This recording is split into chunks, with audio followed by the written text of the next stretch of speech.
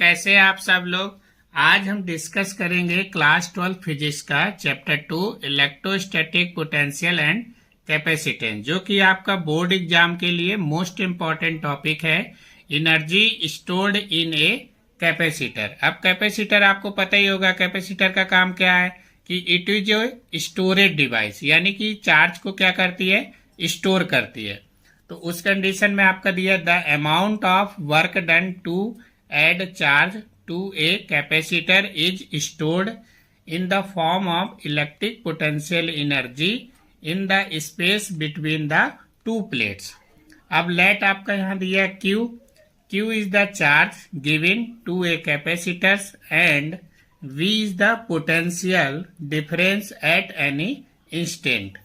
तो C equal to क्या हो जाएगा, Q अपॉन V। C आपको पता है कैपेसिटेंस है, Q आपका क्या है, चार्ज है, V आपका यहाँ पर क्या है, पोटेंशियल है। V इक्वल टू इसको हम Q अपॉन C भी रिटर्न कर सकते हैं। अब सेम कंडीशन यहाँ पर क्या है कि add dq amount of charge, यानी कि वर्क डन।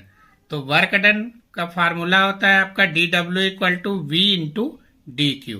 अब हम यहाँ पर बात करेंगे total work done with limit आपका दिया है 0 to Q। Total work done की जब बात करेंगे तो यहाँ पर इंटीग्रेशन का साइन लग जाता है। तो आपका इंटीग्रेशन dw इधर आपका 0 से Q लिमिट हो गया V इंटू dq। अब V इक्वल टू हमारा क्या था, Q बाई C। तो V का वैल्यू हम यहाँ पर क्या करेंगे, पुट कर देंगे। तो 0 से Q upon C into dq।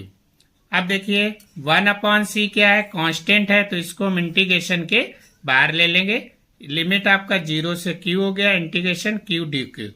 अब आपका इक्वल टू 1 अपॉन C। यहाँ पर पावर का एक फार्मूला होता है, इंटीग्रेशन में एक पावर का फार्मूला होता है आपका x की power n dx equal to x की power n plus 1 upon n plus 1। तो सेम यहाँ पर क्या है, हमारा Q था, तो Q की पावर क्या हो जाएगा, 1 प्लस 1 अपॉन 1 प्लस 1। तो इसको हम Q स्क्वायर अपॉन 2 लिख लेंगे। 0 से Q आपका लिमिट दिया गया है, तो upper limit minus lower limit. तो एक बार अपर लिमिट रखेंगे, तो अपर लिमिट क्या है, कैपिटल Q है, तो आपका Q square upon 2। Lower limit क्या है, 0 है, तो माइनस में आपका 0 हो जाएगा। तो यहाँ पर हमारा dq दिया था, तो dw दिया, dw का w आ जाएगा। तो w equal to 1 upon 2 Q square upon C आ जाएगा। अब यहाँ पर और भी फार्मूला आपके निकाल सकते हो, जैसे Q इक्वल टू क्या होता है, CV। तो Q की जगह हम क्या करेंगे, CV पुट कर देंगे। तो ये C square V square upon C हो जाएगा, तो एक C से C कैंसिल हो जाएगा, तो ये 1/2 CV स्क्वायर आ जाएगा। तो W इक्वल टू क्या होगा, 1/2 CV स्क्वायर।